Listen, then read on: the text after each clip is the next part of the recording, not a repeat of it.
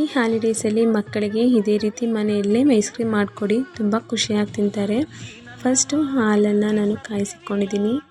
ಆ ಹಾಲಿಗೆ ನಾನು ಕಸ್ಟರ್ಡ್ ಹಾಲನ್ನು ಮಿಕ್ಸ್ ಮಾಡಿಕೊಂಡು ಒಂದು 5 ಮಿನಿಟ್ಸ್ ಅದನ್ನು ಚೆನ್ನಾಗಿ ಕಲಿಸ್ಬಿಟ್ಟು ಅದನ್ನು ಸೈಡ್ಗೆ ಇಟ್ಕೊಂಡಿದ್ದೀನಿ.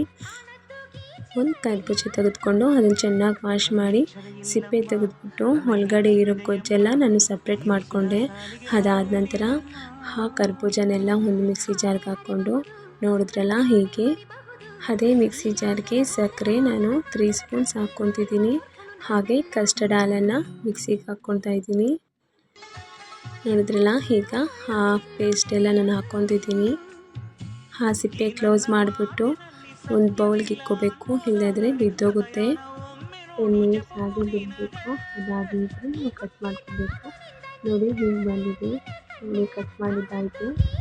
ಟೇಸ್ಟ್ ಅಂತೂ ಸೂಪರಾಗಿದೆ. ಒಂದು ಸರಿ ಟ್ರೈ ಮಾಡಿ ನೋಡಿ, ಮನೆಯಲ್ಲಿ ಈಸಿಯಾಗಿ ಮಾಡ್ಬೋದು. ಈ ವಿಡಿಯೋ ಇಷ್ಟ ಆದರೆ ಲೈಕ್ ಮಾಡಿ, ಸಬ್ಸ್ಕ್ರೈಬ್ ಮಾಡಿ, ಶೇರ್ ಮಾಡಿ.